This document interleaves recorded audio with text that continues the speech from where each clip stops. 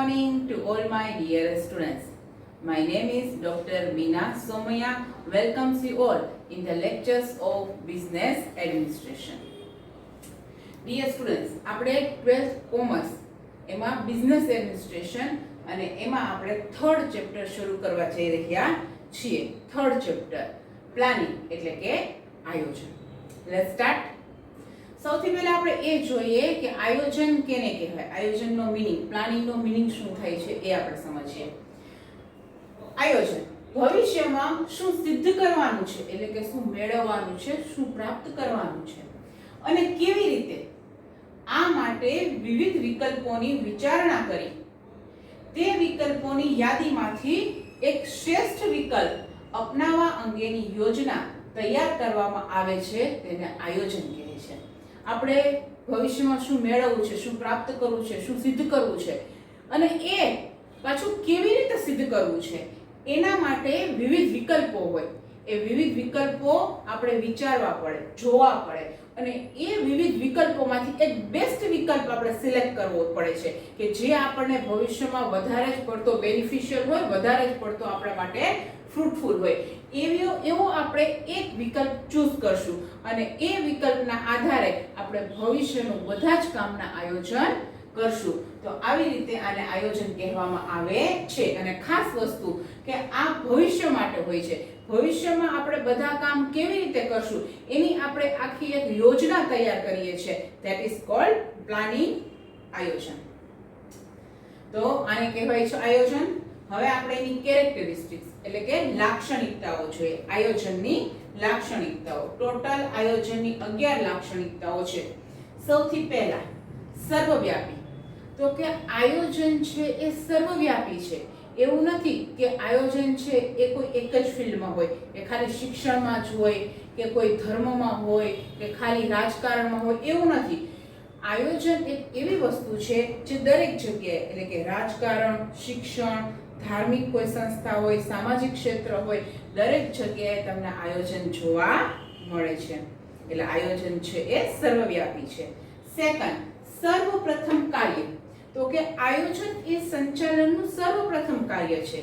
તમારે સંચાલન કરવું છે તો સંચાલન કરવામાં જે પહેલું પગથિયું આવે છે સ્ટુડન્ટ્સ, એ છે આયોજન. થર્ડ, સભાન અને બૌદ્ધિક પ્રક્રિયા. તો કે જ્યારે આપણે આયોજન કરીએ છીએ ત્યારે એ આયોજનમાં આપણે ઘણા બધા નિર્ણયો લેવાના હોય છે, ડિસિઝન લેવાના હોય છે. જો એ ડિસિઝન સાચો પડશે તો જ આપણને ફ્યુચરમાં બેનિફિટ થશે અને જો એ ડિસિઝન ખોટો પડશે તો ફ્યુચરમાં આપણને નુકસાન જવાનું છે.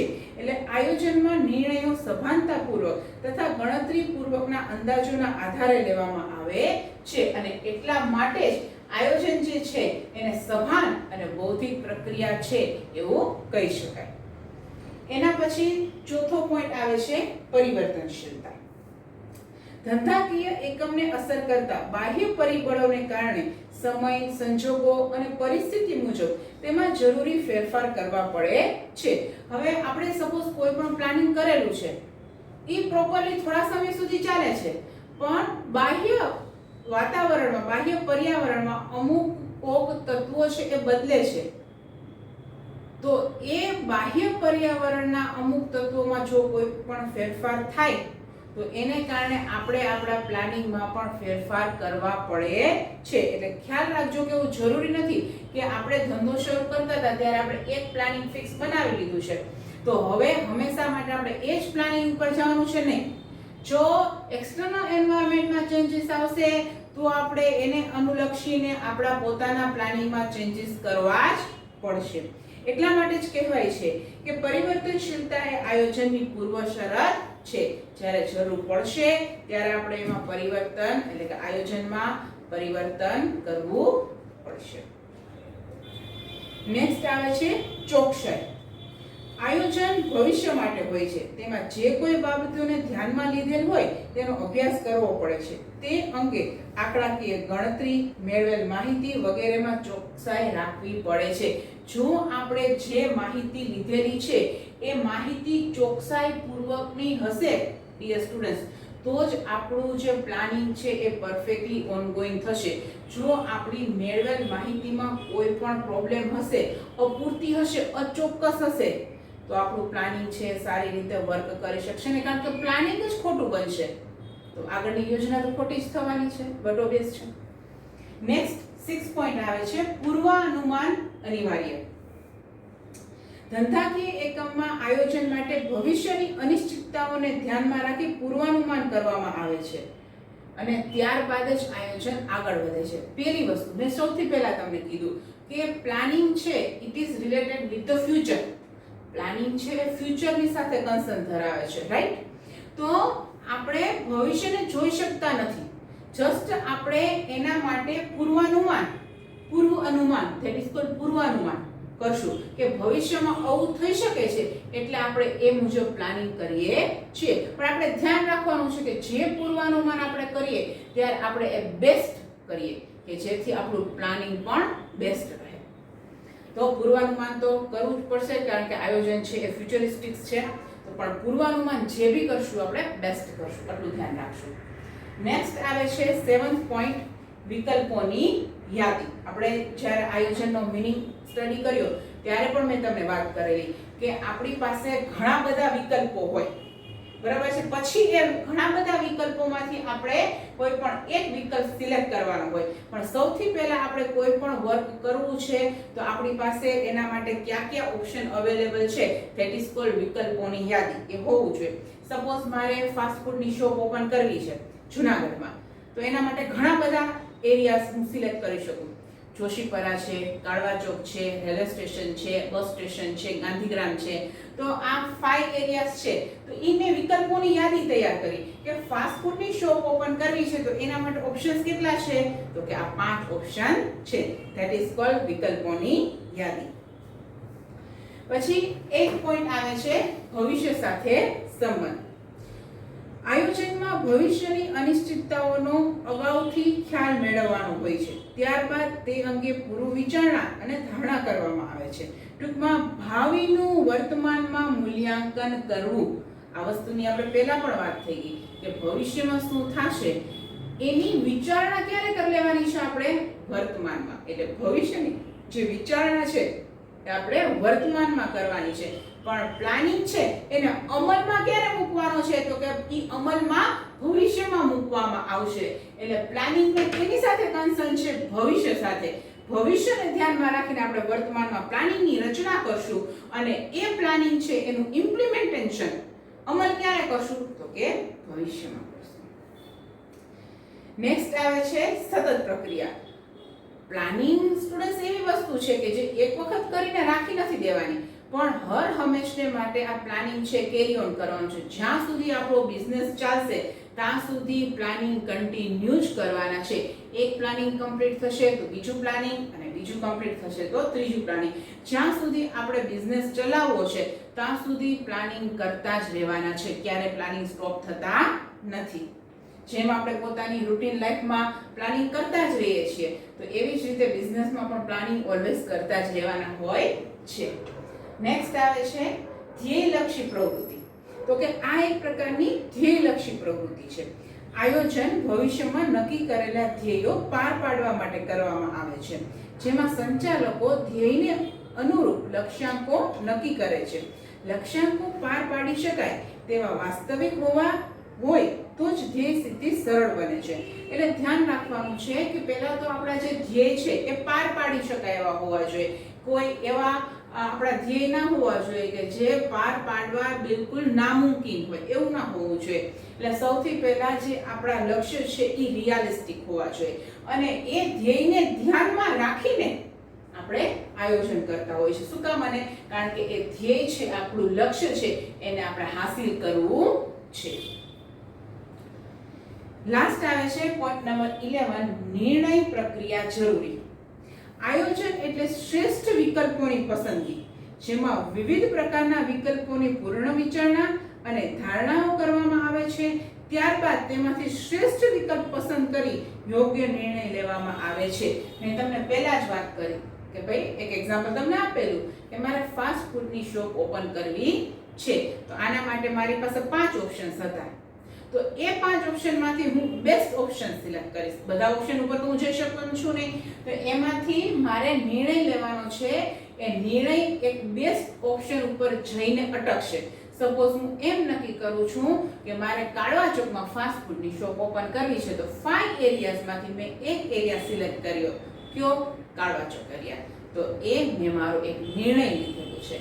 તો એના માટે આપણે નિર્ણય પ્રક્રિયા જરૂરી છે. આપણી પાસે ઘણા બધા વિકલ્પ છે, એમાંથી આપણે કોઈ એક જ વિકલ્પ સિલેક્ટ કરી અને આપણે આગળ વધવાનું છે. એટલે એ જે આપણે સિલેક્શન કર્યું એક એરિયાનું, ધેટ ઇઝ કોલ્ડ નિર્ણય પ્રક્રિયા. તો ડિયર સ્ટુડન્ટ્સ, આ રીતે આયોજનની ટોટલ 11 લાક્ષણિકતાઓ છે.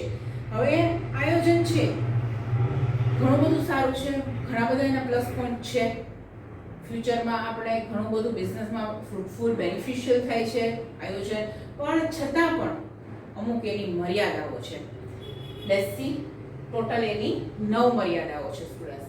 સૌથી પહેલી, ભાવિની અનિશ્ચિતતા.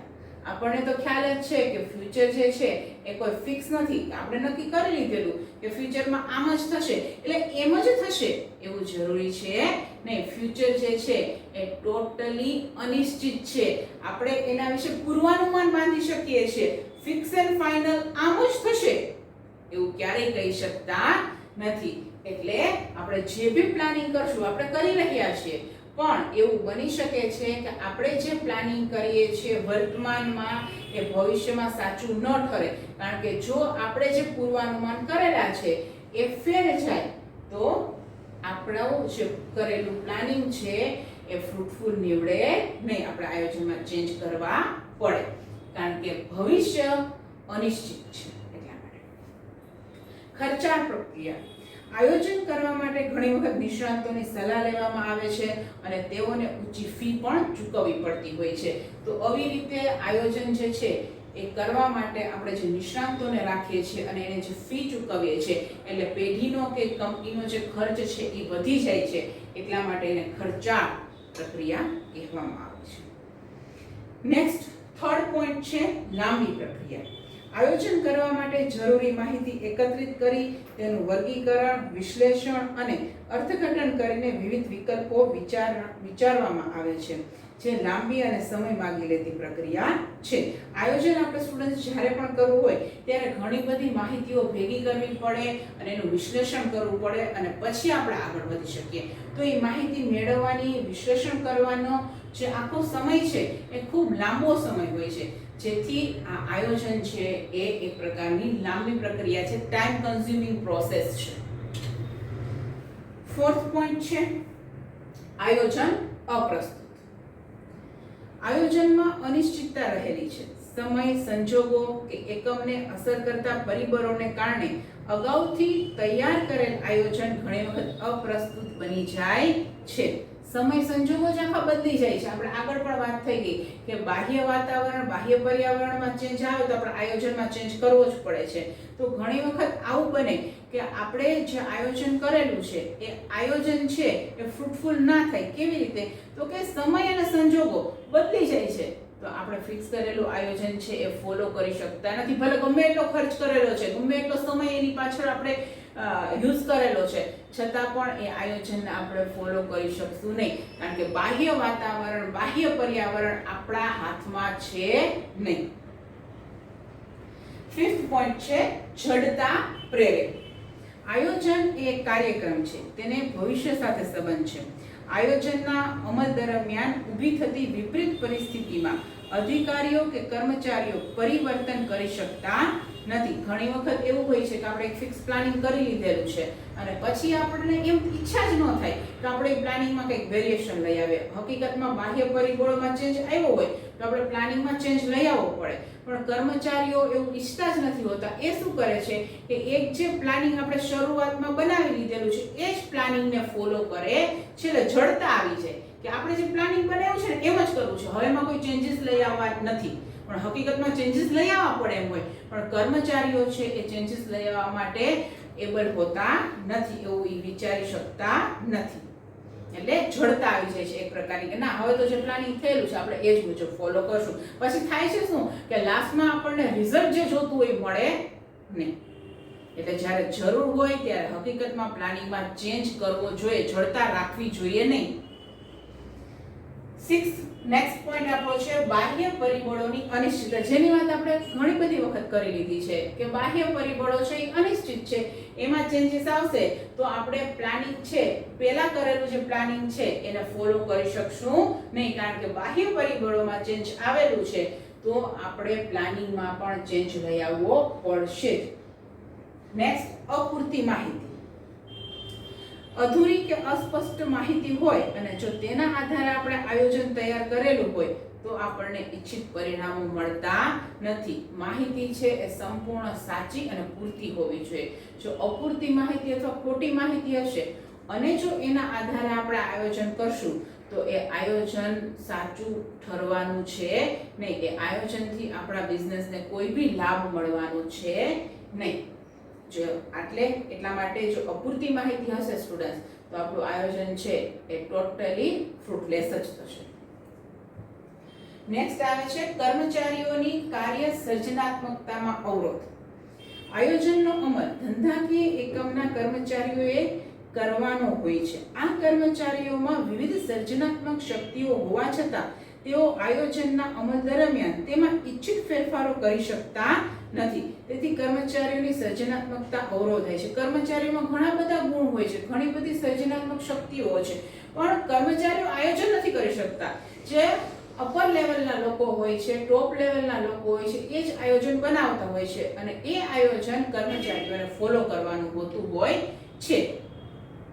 અને કર્મચારીઓને એમ લાગે કે અહીંયા આયોજનમાં કઈ મિસ્ટેક છે તો કર્મચારીઓ પાસે કોઈ એવો હક નથી કે એ આયોજનમાં કોઈ પણ પ્રકારનો ફેરફાર કરી શકે અને એના કારણે કર્મચારીઓની કોઈ આગવી સૂઝ હોય અને એના કારણે એને એમ લાગે કે આયોજનમાં પ્રોબ્લેમ છે તો પણ એ ચેન્જ કરી શકશે નહીં. એટલે એની સર્જનાત્મકતા ત્યાં કોઈ પણ રીતે ઉપયોગમાં લઈ શકાતી નથી. નેક્સ્ટ અને લાસ્ટ 9th પોઈન્ટ આવે છે પદ્ધતિઓનો ખામીયુક્ત ઉપયોગ. આયોજનમાં અનુમાનો અને પૂર્વધારણાઓ માટે ગાણિતિક પદ્ધતિઓ અને આંકડાકીય માહિતીનો ઉપયોગ થાય છે. આ પદ્ધતિઓનો ઉપયોગ કે માહિતી ખામીયુક્ત હોય તો નિર્ણયો જે છે એ ખોટા લેવાય છે અને એને કારણે આયોજન છે એ નિષ્ફળ બને છે. તો આવી રીતે જ્યારે આપણે કોઈ પણ ગાણિતિક કે સ્ટેટિસ્ટિકલ કોઈ મેથડ યુઝ કરતા હશું આયોજનમાં અને એ પદ્ધતિમાં જો આપણી કોઈ પણ ભૂલ થતી હશે પદ્ધતિના સિલેક્શનમાં કે પદ્ધતિ કાઉન્ટ કરતી વખતે તો એ જે આપણને આન્સર મળશે એ રોંગ મળશે અને એ રોંગ આન્સરને કારણે આપણું ફ્યુચરનું જે પ્લાનિંગ છે એ પણ રોંગ ડાયરેક્શનમાં જ જશે. તો ડિયર સ્ટુડન્ટ્સ, આવી રીતે તમે જોઈ શકો છો કે આયોજનની ટોટલ 9 મર્યાદાઓ છે. નેક્સ્ટ પોઈન્ટ, આયોજનની પ્રક્રિયા. આયોજનની પ્રક્રિયા છે સ્ટુડન્ટ્સ, એના ટોટલ 8 પોઈન્ટ્સ છે, તે આપણે જોવાના છે. સૌથી પહેલો પોઈન્ટ, હેતુ નિર્ધારણ. આયોજનનો પ્રથમ તબક્કો હેતુ નિર્ધારણનો છે. માટે જ કહેવામાં આવે છે કે હેતુઓની પસંદગી યોગ્ય રીતે થઈ હોય તો જ આયોજન સંચાલકોને ઉપયોગી નીવડી શકે છે. એટલે કે સૌથી પહેલા આપણે આયોજનની જો શરૂઆત કરવી હોય તો સૌથી પહેલા આપણો જે હેતુ છે એ આપણો ફિક્સ એન્ડ ફાઇનલ હોવો જોઈએ. એટલે સૌથી પહેલા આપણે હેતુ ફિક્સ કરવો પડે છે, એ આપણું ફર્સ્ટ સ્ટેપ છે. સેકન્ડ સ્ટેપ શું આવશે તો કે આયોજનના આધાર સ્પષ્ટ કરવા. હેતુઓની સ્પષ્ટતા કર્યા પછી સૌથી પહેલું સ્ટેપ તો આપણે જોઈ ગયા કે આપણે હેતુ ફાઇનલ કરવાનો છે. એના પછી આયોજનને પાર પાડવા માટે તેના આધારોની સ્પષ્ટતા જરૂરી છે. આ આધારો એટલે અનુમાનો અથવા તો પૂર્વધારણા. આધારનો મીનિંગ શું થાય તો કે પૂર્વધારણા, કારણ કે ભવિષ્યને રિલેટેડ આપણે પૂર્વધારણા કરવાની છે. That is called Aadhaar, base. કે કેના પર આધાર રાખીને આપણે આયોજન કરશું તો કે ભવિષ્યના અમુક એવા પોઈન્ટ્સ છે જેના ઉપર આપણે આધાર રાખશું અને આપણું ફ્યુચરનું પ્લાનિંગ નક્કી કરશું. નેક્સ્ટ આવે છે માહિતી એકત્રિત કરી તેનું વિશ્લેષણ કરવું. આગળ પણ આપણે વાત થઈ ગઈ છે કે આપણે જેના રિલેટેડ પ્લાનિંગ કરવું હોય એના રિલેટેડ આપણે માહિતી એકત્ર કરવી પડે. તો સેકન્ડ સ્ટેપ આપણું કમ્પ્લીટ થાય. આયોજનના આધારો સ્પષ્ટ કર્યા બાદ આયોજન માટે જરૂરી માહિતી પ્રત્યક્ષ કે પરોક્ષ રીતે એકત્ર કરવામાં આવે છે, કારણ કે એ માહિતી ભેગી કર્યા બાદ જ આપણે પ્રોપર પ્લાનિંગ છે એ બનાવી શકશું. એટલે થર્ડ સ્ટેપ પર આપણે માહિતી એકત્ર કરવી પડશે. પછી પ્રત્યક્ષ કરીએ તો બી વાંધો નહીં ને પરોક્ષ કરીએ તો બી વાંધો નહીં. નેક્સ્ટ આવે છે વૈકલ્પિક યોજના તૈયાર કરવી. જરૂરી માહિતી એકત્રિત કરી તેનું વિશ્લેષણ અને અર્થઘટન કર્યા બાદ વૈકલ્પિક યોજનાનું ઘડતર થાય છે. એકમમાં ધ્યેય સિદ્ધિ માટે અનેક વિકલ્પો હોય છે. આ તમામ વિકલ્પોની યાદી આ તબક્કે તૈયાર કરવામાં આવે છે. આપણે વાત થઈ હતી કે ફાસ્ટ ફૂડની શોપ આપણે સ્ટાર્ટ કરવી છે, તો એના માટે આપણી પાસે ઘણા બધા ઓપ્શન્સ હતા. એ બધા ઓપ્શન્સ એટલે શું? તો કે વિકલ્પો. તો કે વિકલ્પો કેટલા છે આપણી પાસે એ આપણે જોવાના. કાળવા ચોકતું, railway station, bus station, Gandhigram, Joshipara, બરાબર. તો ઘણા બધા આપણી પાસે ઓપ્શન્સ છે. એ ઓપ્શન્સને વિકલ્પ કહેવાય અને એની યાદી તૈયાર કરવાની કે આપણી પાસે કેટલા વિકલ્પો છે. તો વિકલ્પોની યોજના તૈયાર કરવી. ત્યારબાદ ફિફ્થ ઓપ્શન આવે છે, ફિફ્થ પોઈન્ટ આવે છે વિકલ્પોની વિચારણા કરવી. વૈકલ્પિક યોજનાની યાદી તૈયાર થઈ ગયા બાદ બધા જ વિકલ્પો ઉપર વિચારણા કરવામાં આવે છે, જેમાં એકમને અસર કરતા પરિબળો અને વિકલ્પોના સંબંધ અંગે વિચારણા કરવામાં આવે છે. અને આ એક બૌદ્ધિક પ્રક્રિયા છે જેના વિશે આપણે વાત થઈ ગઈ છે. હવે આપણી પાસે 4-5 ઓપ્શન જેટલા બી ઓપ્શન છે એ બધા ઓપ્શન્સ આપણને મળી ગયા બાદ એ ઓપ્શનના પ્લસ અને માઇનસ પણ જોવાના કે હું જોશીપરામાં ફાસ્ટ ફૂડની શોપ ઓપન કરું તો મને કેટલો ફાયદો અને મને કેટલું નુકસાન. કાળવા ચોકમાં હું ફાસ્ટ ફૂડની શોપ ઓપન કરું તો મને કેટલો ફાયદો, મને કેટલું નુકસાન. તો આ રીતે દરેક વિકલ્પ આપણી પાસે છે એ વિકલ્પોના પ્લસ માઇનસ પોઈન્ટ જોવાના, એટલે કે એના વિશે વિચારણા કરવાની. એમને સિલેક્શન નહીં કરવાનું કે ચલો જોશીપરા એમાં જ આપણે ફાસ્ટ ફૂડની શોપ ઓપન કરશું, એમ સિલેક્શન નહીં કરવાનું. એના plus point minus point checkout કરવાના. ધેટ ઇઝ કોલ્ડ વિચારણા કરવી. નેક્સ્ટ આવે છે ચોક્કસ યોજના સ્વીકારવી. એટલા બધા આપણી પાસે ઓપ્શન હતા, એ બધા ઓપ્શન પર આપણે ઘણી બધી વિચારણા કરી અને એમાંથી છેલ્લે શું કરશું? એક ઓપ્શન સિલેક્ટ કરશું કે ભાઈ હવે આપણે બધા ઓપ્શન જોઈ લીધા, છેલ્લે આપણને કયો ઓપ્શન સારો લાગે છે, કયો ઓપ્શન એવો છે કે જેના પ્લસ પોઈન્ટ વધારે છે અને માઇનસ પોઈન્ટ ઓછા છે. તો કે કાળવા ચોક એરિયા એવો છે કે જેમાં પ્લસ પોઈન્ટ મને વધારે મળે છે અને માઇનસ પોઈન્ટ ઓછા મળે છે. તો મેં એક પરફેક્ટ સિલેક્શન કરી લીધેલું છે, એટલે એ બને છે ચોક્કસ યોજના સ્વીકારવી. એના પછી આવે છે ગૌણ યોજનાઓનું ઘડતર અને ચકાસણી. આપણે મુખ્ય એક યોજના બનાવી કે કાળવા ચોકમાં ફાસ્ટ ફૂડની શોપ ઓપન કરશું, એ આપણી મૂળ યોજના થઈ. પણ એના આધારે આપણે બીજી પણ નાની નાની યોજનાઓ તૈયાર કરવી પડે. જેમ કે એમાં આપણે જે ફર્નિચર વસાવવું છે એ ફર્નિચર આપણે ક્યાંથી મગાવશું? તો ક્યાંથી મગાવશું એના માટે પાછા ઘણા બધા ઓપ્શન્સ રેડી થાય. અને એમ પણ થઈ શકે કે ફર્નિચર આપણે તૈયાર લેશું કે બનાવરાવશું. તો તૈયાર લેશું તો એમાં આપણને ફાયદો વધારે છે કે આપણે બનાવરાવશું એમાં આપણને ફાયદો વધારે છે. તો એ બેમાંથી આપણે પાછો એક ઓપ્શન સિલેક્ટ કરશું. એટલે મુખ્ય જે યોજના હોય એના અનુસંધાનમાં બીજી ગૌણ યોજનાઓ પણ ઘણી બધી બનાવવી પડતી હોય છે. તો એ બધું કામ કમ્પ્લીટ કરવાનું છે. અને લાસ્ટ આવે છે યોજનાનું મૂલ્યાંકન. ગૌણ યોજનાનું ઘડતર અને ચકાસણી કર્યા બાદ સમગ્ર યોજનાનું મૂલ્યાંકન કરવામાં આવે છે. એકમમાં જ્યારે જરૂર જણાય ત્યારે ત્યાં યોજનાના મૂલ્યાંકન માટે નિષ્ણાતોનો અને સલાહકારોની મદદ લેવામાં આવે છે, જેથી આપણને સાચા અને સારા અભિપ્રાયો મળી રહે છે. આવી જ રીતે હંમેશા એવું નથી કે એક વખત પ્લાનિંગ કરીને આપણે મૂકી દેવાનું. જે કાંઈ પણ મૂળ યોજના હોય, ગૌણ યોજના હોય, એને પણ અમુક સમયાંતરે ચકાસતી રહેવી પડે. સારા જે સલાહકારો હોય એની આપણે સલાહ લેવી પડે. આવું બધું કાર્ય આપણે કરતું રહેવું પડે છે. એટલે ફ્યુચરમાં ફરી ક્યાંય એવું લાગે કે એ યોજનામાં ક્યાંય ચેન્જીસ કરવાના છે તો આપણે ચેન્જીસ કરી શકીએ. એટલે લાસ્ટ પોઈન્ટ યોજનાનું મૂલ્યાંકન. આવી રીતે આયોજનની પ્રક્રિયા છે જેના ટોટલ 8 પોઈન્ટ છે. ડિયર સ્ટુડન્ટ્સ, પ્રક્રિયામાં હંમેશા પોઈન્ટ છે એ સ્ટેપ બાય સ્ટેપ જ આવતા હોય છે. એટલે આમાં 8 સ્ટેપ છે એ સ્ટેપ્સ છે, I mean to say points નથી. એટલે એને તમે કે આગળ પાછળ કરી શકશો નહીં. 8ની સિરીઝ છે, સિરીઝ જ કમ્પલસરી ફોલો કરવાની રહેશે. નેક્સ્ટ પોઈન્ટ આવે છે યોજનાના પ્રકાર. કેટલા પ્રકારની યોજના બની શકે છે? તો 6 પ્રકારની અલગ અલગ યોજનાઓ બની શકતી હોય. ખાસ ઇમ્પોર્ટન્ટ પોઈન્ટ છે, ધ્યાન રાખજો. યોજનાના ટોટલ 6 પ્રકાર છે. એમાં સૌથી પહેલા આપણે સમજશું કાયમી યોજના.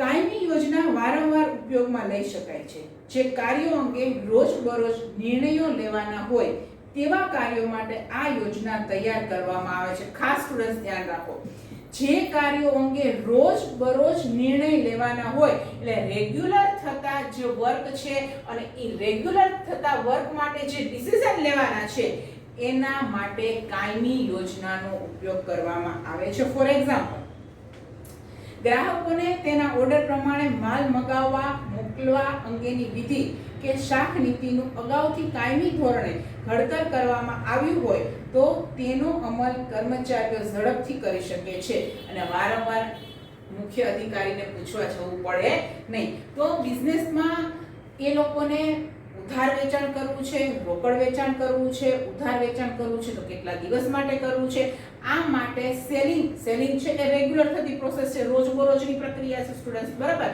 તો એ રોજબરોજની સેલિંગની પ્રક્રિયા માટે કેવી રીતે ઉધાર વેચાણ કરવું એના માટેની એક નીતિ છે એ ફિક્સ કરી નાખે. ધેટ ઇઝ કોલ્ડ કાયમી યોજના. જેથી નીચેના લેવલના માણસોને હરેક વખતે ઉપરના લેવલના માણસ પાસે પૂછવા જવું પડે નહીં. નેક્સ્ટ આવે છે વ્યૂહાત્મક યોજના.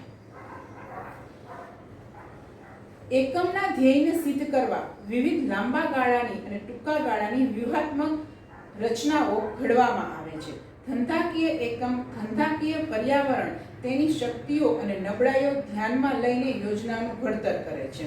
આ યોજના માટે દીર્ઘદ્રષ્ટિ અને અનુભવ જરૂરી છે. વ્યૂહાત્મક યોજનાની અસર લાંબા ગાળે જોવા મળે છે. બાહ્ય પરિબળોને અનુલક્ષીને બિઝનેસમેન પોતાના બિઝનેસ માટે ઘણી બધી લાંબા ગાળાની અને ટૂંકા ગાળાની યોજનાઓ ઘડતો હોય છે અને શેના માટે? બિઝનેસમાં સફળ થવા માટે. ધેટ ઇઝ કોલ્ડ વ્યૂહાત્મક યોજના. નેક્સ્ટ આવે છે સુનિયોજિત યોજના. થર્ડ, ધંધાકીય એકમના નક્કી કરેલા ધ્યેયને સિદ્ધ કરવા માટે મધ્ય સપાટીએ ટૂંકા ગાળાની જે યોજનાઓનું ઘડતર કરવામાં આવે છે તેને સુનિયોજિત યોજના કહે છે. ખાસ ધ્યાન રાખો કે કરે છે કોણ? તો કે મધ્ય સપાટીના લોકો હોય ને એ સુનિયોજિત યોજનાની રચના કરે. અને કેટલા સમય માટે? તો કે ટૂંકા ગાળા માટે. અને શેના માટે કરે છે? તો કે પોતાના જે ધ્યેય છે એને સિદ્ધ કરવા માટે. આ યોજના 1 વર્ષ કે તેથી ઓછા સમયગાળા માટે હોય છે. પહેલા જ વાત થઈ ગઈ છે કે ટૂંકા ગાળા માટે, એટલે 1 વર્ષ અથવા તો એનાથી ઓછા સમય માટેની આ યોજના હોય છે. નેક્સ્ટ આવે છે કાર્યકારી યોજના. ફોર્થ પોઈન્ટ, કાર્યકારી યોજના. ધંધાકીય એકમના વિભાગો, કાર્ય જૂથો અને વ્યક્તિઓ પાસેથી કાર્ય સંબંધિત અપેક્ષિત પરિણામો મેળવવા માટે ઘડવામાં આવતી યોજનાઓને કાર્યકારી યોજના કહેવામાં આવે છે. આપણે જે લો લેવલ ઉપર, લાસ્ટ લેવલ ઉપર જે કર્મચારીઓ કામ કરે છે એ લોકો પાસેથી આપણે ઘણું બધું કામ કરાવવાનું હોય છે. કારણ કે મજૂરો જે છે, કર્મચારીઓ છે, જે નીચેના લેવલના કર્મચારીઓ છે એ લોકો જ હંમેશા મેઇન વર્ક કરતા હોય છે અને એની પાસેથી જ આપણે ઉત્પાદન મેળવવાનું હોય છે. તો એની પાસેથી ઉત્પાદનનો માલ પ્રોપરલી રીતે આપણને પ્રોપર પુરવઠામાં મળે એના માટે યોજના તૈયાર કરવામાં આવે છે, જેને કાર્યકારી યોજના કહેવામાં આવે છે. નેક્સ્ટ ફિફ્થ પોઈન્ટ છે એક ઉપયોગી યોજના. વિશિષ્ટ હેતુઓની સિદ્ધિ માટે એક ઉપયોગી યોજના તૈયાર થાય છે. ખાસ પ્રવૃત્તિઓ માટે જ આ યોજના તૈયાર કરવામાં આવે છે. ખાસ પ્રવૃત્તિ હોય, વિશિષ્ટ પ્રવૃત્તિ હોય એના માટે જ આ યોજના છે. અને આ જે યોજના હોય છે એનું કોઈ દિવસ પુનરાવર્તન થતું હોતું નથી. જેમ કે વહાણ બાંધકામ, મકાન બાંધકામ, આપણે મકાન બાંધકામ કરીએ છીએ એના માટે જે યોજના છે એક જ વખત થશે. પછી એમાં પછી આપણે બીજી યોજનાનો અમલ કરાવી શકશું ને એક વખત મકાન બંધાઈ ગયું, વાત કમ્પ્લીટ થઈ ગઈ. તો મકાન બાંધકામ, એક મકાન બાંધકામની યોજના એક જ વખત થાય, ઘણી વખત ફરી વખત પુનરાવર્તન થાય નહીં. એટલા માટે આને એક ઉપયોગી યોજના કહેવામાં આવે છે. એટલે વહાણ બાંધકામ છે, મકાન બાંધકામ છે, પેકેજિંગ છે, પ્રિન્ટિંગ છે, આ બધામાં એક ઉપયોગી યોજનાનો ઉપયોગ થતો હોય છે. 6th અને લાસ્ટ, આકસ્મિક યોજના. ધંધાકીય એકમે બદલાતી જતી પરિસ્થિતિ સાથે તાલ મિલાવવો ખૂબ જ આવશ્યક છે. કેટલાક ચોક્કસ પરિબળો જેવા કે રાજકીય, આર્થિક, સામાજિક, કુદરતી પરિબળોના કારણે ધંધાકીય પર્યાવરણમાં પણ ફેરફાર થાય છે. આપણે પહેલા જ વાત થઈ ગઈ સ્ટુડન્ટ્સ કે ફ્યુચર રિલેટેડ છે, આયોજન છે ફ્યુચર રિલેટેડ છે, અને ફ્યુચર છે અનિશ્ચિત છે. શું કામ અનિશ્ચિત છે? કારણ કે બાહ્ય પરિબળોમાં ફેરફાર આવે તો આપણે પ્લાનિંગમાં ફેરફાર લઈ આવવો જોઈએ. આ વાત આપણે સૌથી પહેલા થઈ. બાહ્ય પરિબળો એટલે કેવા પરિબળો? તો કે રાજકીય, આર્થિક, સામાજિક, કુદરતી, આ બધા બાહ્ય પરિબળો છે. જો એમાં ચેન્જ આવે તો આપણે પોતાના પ્લાનિંગમાં ચેન્જ કરવો પડે. તેના કારણે અગાઉથી યોજનામાં ફેરફાર કરવો પડે કે નવી યોજના ઘડવી પડે. અને એ જે નવી યોજના ઘડીએ છીએ આપણે અથવા તો એમાં કોઈ ફેરફાર કરી નાખીએ છીએ એને આકસ્મિક યોજના કહેવાય. આવું આપણે શા માટે કરવું પડેલું? કારણ કે બાહ્ય પરિબળોમાં ચેન્જીસ આવ્યા એટલે આપણે પોતાની યોજનામાં ચેન્જીસ કરવા પડે છે. આ ચેપ્ટરનો લાસ્ટ પોઈન્ટ જોઈએ, આયોજનના ઘટકો. આયોજનના ટોટલ કેટલા ઘટકો છે? તો કે 7. આ 7 ઘટકો ભેગા થાય ને સ્ટુડન્ટ તો એને આયોજન કહેવામાં આવે છે. સૌથી પહેલું ઘટક છે હેતુઓ. ધ્યેય નક્કી કરવું અને તેને પાર પાડવું તે ધંધાકીય એકમનો મુખ્ય હેતુ છે. સૌથી પહેલા તો આયોજન માટે આપણે ધ્યેય નક્કી કરવો પડે છે, કારણ કે એ ધ્યેયલક્ષી જ પ્રવૃત્તિ છે. એટલે આયોજનમાં સૌથી પહેલો ઘટક શું છે? તો કે ધ્યેય. ધ્યેય નથી તો આયોજન કરવાનો મિનિંગ જ નથી ને. નેક્સ્ટ આવે છે વ્યૂહરચના. સેકન્ડ પોઈન્ટ, વ્યૂહરચના. આયોજનમાં નક્કી કરેલ ઉદ્દેશોને પાર પાડવા ઉપયોગમાં લેવામાં આવતી યુક્તિ એટલે કે વ્યૂહરચના. આયોજનમાં જે આપણે હેતુ નક્કી કરેલો છે એ હેતુ આપણે સિદ્ધ કરવો છે, તો એ હેતુ સિદ્ધ કરવા માટે આપણે યુક્તિ પ્રયુક્તિઓનો યુઝ કરીએ છીએ. ધેટ ઇઝ કોલ્ડ વ્યૂહરચના. આપણી એક સ્ટ્રેટેજી બનાવીએ છીએ આપણે કે આપણે આપણા ગોલ સુધી કેવી રીતે પહોંચશું. લાસ્ટ થર્ડ પોઈન્ટ છે નીતિ. આયોજનમાં નક્કી કરેલા ધ્યેયને પાર પાડવા સંચાલકો જે નિર્ણયો અને વ્યૂહરચના નક્કી કરે તેને નીતિ કહે છે. આયોજનમાં આપણે જે નક્કી કરેલો ધ્યેય છે એ ધ્યેયને આપણે પાર પાડવો છે તો સંચાલકો એના માટે જે નિર્ણયો લેશે અને એના માટે જે વ્યૂહરચના ફિક્સ કરશે, નક્કી કરશે, તો એ વ્યૂહરચનાને નીતિ કહેવામાં આવે છે. જેમ કે આપણે શાક પર માલનું વેચાણ કરશું કે નહીં કરીએ, તો શાક પર માલનું વેચાણ કરશું તો એ જે શાક પર માલના વેચાણની જે આપણે નીતિ બનાવેલી છે એને આપણે નીતિ તરીકે ઓળખશું, એ નિયમને નીતિ તરીકે ઓળખશું. ચોથી વસ્તુ આવે છે પદ્ધતિ અથવા તો વિધિ. પદ્ધતિ એ એકમનો કાર્યક્રમ પાર પાડવાની વ્યવસ્થા દર્શાવે છે. વ્યૂહરચના એકમોને હરીફો સામે ટકી રહેવાની વ્યવસ્થા દર્શાવે છે. નીતિ એ ઉદ્દેશોને કેવી રીતે પાર પાડી શકાય તેની માહિતી પૂરી પાડે છે, જ્યારે વિધિ નક્કી કરેલ ઉદ્દેશોને કેવી રીતે પાર પાડવા તેનો માર્ગ બતાવે છે. બરાબર, કેવી રીતે આપણે એ પદ્ધતિ છે એ ફોલો કરશું, ધેટ ઇઝ કોલ્ડ વિધિ. ફોર એક્ઝામ્પલ, એક દાખલા તરીકે એકમ ત્રિમાસિક વેચાણના આંકડા મેળવી વાર્ષિક વેચાણના ધ્યેયને પાર પાડવા પ્રયત્ન કરે છે. આમ કરવાથી સફળતાની શક્યતા વધી જાય છે. ટૂંકમાં વિધિ એટલે અમુક પ્રવૃત્તિ કેવી રીતે કરવી તે માટેની રીત. ત્રિમાસિક વેચાણના આંકડા જે છે એ ત્રિમાસિક વેચાણના છે, પણ એનો આધાર લઈને આપણે વાર્ષિક વેચાણના ધ્યેયને પાર પાડશું. એટલે આપણે બેઝ કેને લીધો હતો કે ત્રિમાસિક વેચાણના જે આંકડા હતા એનો બેઝ લઈ અને આપણે વાર્ષિક વેચાણ છે એના ઉપર આપણે કોન્સન્ટ્રેટ કરીએ છીએ. એના પછી નેક્સ્ટ 5th પોઈન્ટ આવે છે નિયમો. 5મો પોઈન્ટ નિયમો. આયોજનમાં નક્કી કરેલ કાર્યક્રમને પાર પાડવા માટે નિયમો જરૂરી છે. Rules and regulation. તમને તો ખ્યાલ જ છે, you are studying in school. ત્યાં જો રૂલ્સ એન્ડ રેગ્યુલેશન હોય તો બટ ઓબ્વિયસ છે કે આયોજનમાં તો હોવાના જ છે. નિયમો વિધિ નિશ્ચિત કરે છે, સ્પષ્ટ સમજ આપે છે. તેનાથી કર્મચારીઓમાં શિસ્તની સ્થાપના થાય છે. સ્ટુડન્ટ્સમાં શિસ્ત કેવી રીતે આવે છે? Because of rules and regulation. તો એવી જ રીતે કોઈ પણ એક બિઝનેસ છે કે કોઈ પણ એક કંપની છે ત્યાં પણ કર્મચારીઓમાં ડિસિપ્લિન હોવું કમ્પલસરી છે, ઇટ ઇઝ મસ્ટ. તો એના માટે હંમેશા રૂલ્સ જરૂરી છે.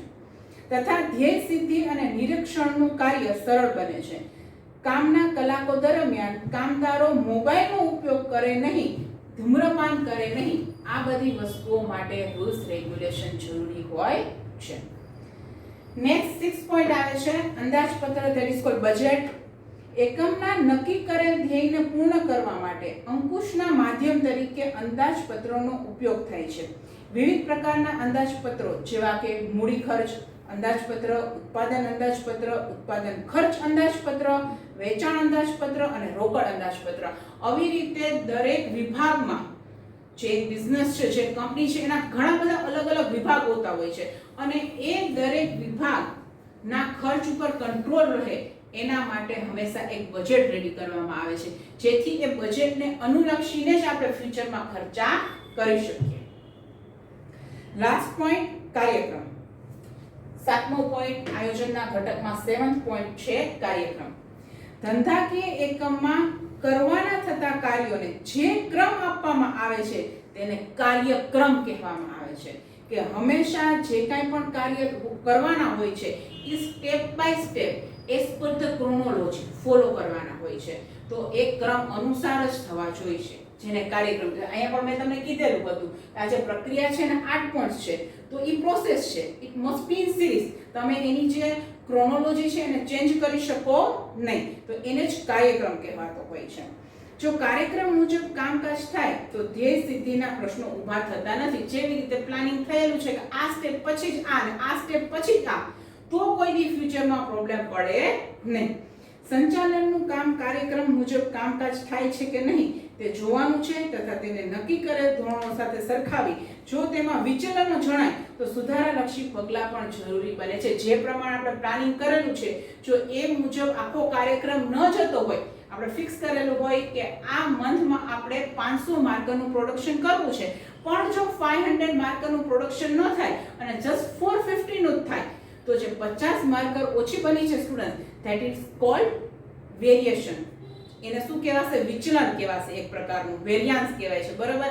એ હોવું જોઈએ નહીં, તો એના આપણે રીઝન્સ ફાઇન્ડ આઉટ કરવા પડે કે શું કામ મને એવા કયા રીઝન્સ હતા કે જેને લીધે 50 માર્કરનું પ્રોડક્શન ઓછું થયું છે. we will have to find out these reasons and after that we will have to solve it. એને છેલ્લે સોલ્વ પણ કરવા જોઈએ, જેથી નેક્સ્ટ મંથમાં ફરી એ 50 માર્કરનું વેરિયાન્સ આવે નહીં.